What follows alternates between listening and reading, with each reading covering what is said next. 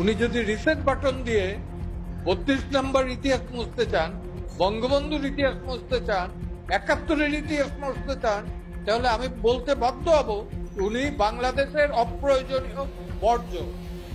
ওনার তো অতীত নাই, 71-এ ওনার কোনো অ্যাক্টিভিটি আমরা জানি না।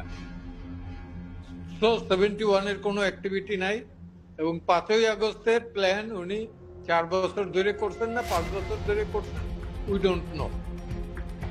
He is a conspirator. হইতে পারে সে নোবেল লরেটি, হতে পারে উনি পণ্ডিত ব্যক্তি, হতে পারে উনি জ্ঞানী, হতে পারে উনি শিক্ষক, হতে পারেন উনি অনেক কিছু, অনেক বড়, কিন্তু ওই কথার ভিতর থেকে ওনার যেটা বের হয় যে রিসেট বাটন চাপ দিতে, তো রিসেট বাটন কিন্তু আমরাও চাপতে পারি, আমরাও রিসেট বাটন চাপ দিতে পারি। আমাদের জেনারেশন থেকে এবং পরের জেনারেশন থেকেও, ফিউচারের জেনারেশন থেকেও ডক্টর ইউনূসের নাম মুছে যাবে, তাতে তার কিছু আসে যায় না। বেসিক্যালি তো উনি American citizen, so for our knowledge is concern.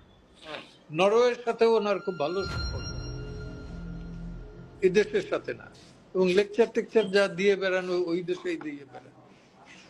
তো দেখা যাক রিসেট বাটনে চাপাচাপির ভেতর থেকে উনি আমাদের ইতিহাস উল্টাই দেবেন না আমরা ওনাদের ইতিহাস উল্টাই দেব। আপনার মাধ্যমে আরেকটা কথা আমি বলি, উনি ছাত্র মারা গেছেন এটা যেমন বলছেন, সত্যি আমরা দুঃখিত, তার প্রতি আমাদের অবজ্ঞা নাই এই ছাত্রদের প্রতি। কিন্তু পাশাপাশি আমি আরেকটা কথা ক্লিয়ারলি বলি, পুলিশ কত মারা গেছে সেটাও আমরা জানতে চাই। 5ই আগস্টের পর থেকে পুলিশ কত মারা গেছে, কত আহত হয়েছে, সেটার একটা হিসাব আমরা জানতে চাই। একজন সিটিজেন অফ দ্য রিপাবলিক হিসাবে এইরকমের রিসেট বাটন চাইপা এই সব কিছু কিন্তু অতীত করা যাবে না। পুলিশ কতজন মারা গেছে এবং শিক্ষক কতজনকে পদত্যাগ করানো হয়েছে মব ট্রায়ালের ভেতর থেকে, মব ট্রায়ালও বলবো না, মব ভায়োলেন্সের ভেতর থেকে। এই তো শিক্ষা দিচ্ছেন উনি, এরকমের শিক্ষক যে উনি ঘাড় ধরিয়া ছাত্রদের দ্বারা, প্রধান শিক্ষক প্রিন্সিপাল এদের ঘাড় ধরে বের করে দিতেছেন। এই শিক্ষাটা উনি দিচ্ছেন, সেটাকে কন্ডেম করেন নাই। বিং এ টিচার, নোবেল লরেটি, আবার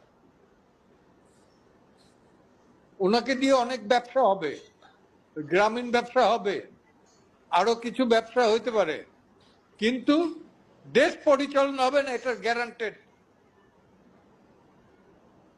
দেশের জন্য তিনি অপরিহার্য না, উনি এখন বর্জ্যতে পরিণত হয়েছেন, বর্জ্য।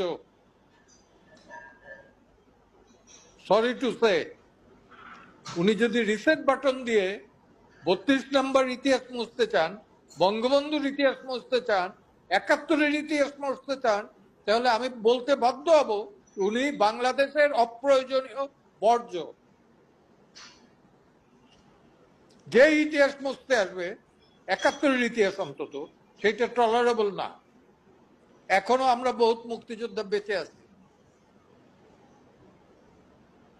হ্যাঁ, আমাদের গায়ে, আমাদের রক্তের বিনিময়ে স্বাধীনতা। উনি তো ছিলেন না, কোথায় ছিলেন? ওনাদের উপদেষ্টাদের অনেকের বয়স হয় না তখন। একজনের ছিল, উনি তো তখন চলে আসছেন ইস্ট পাকিস্তানে।